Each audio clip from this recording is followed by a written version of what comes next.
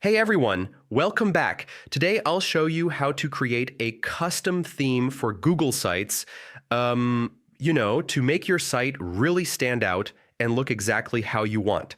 So let's jump in. First, sign in to your Google account and open Google Sites. You can start with a blank site or choose an existing template if you like, whatever works best for you.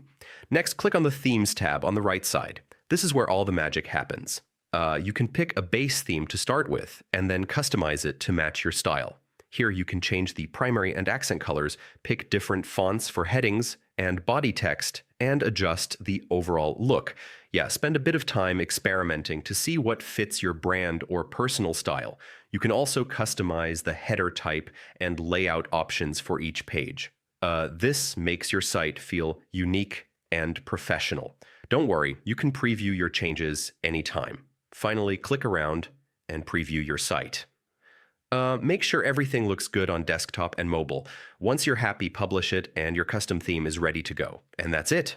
Creating a custom theme on Google Sites is pretty simple, just a few clicks and some style choices and you're done. Don't forget to like and subscribe if this helped you, and I'll see you in the next tutorial.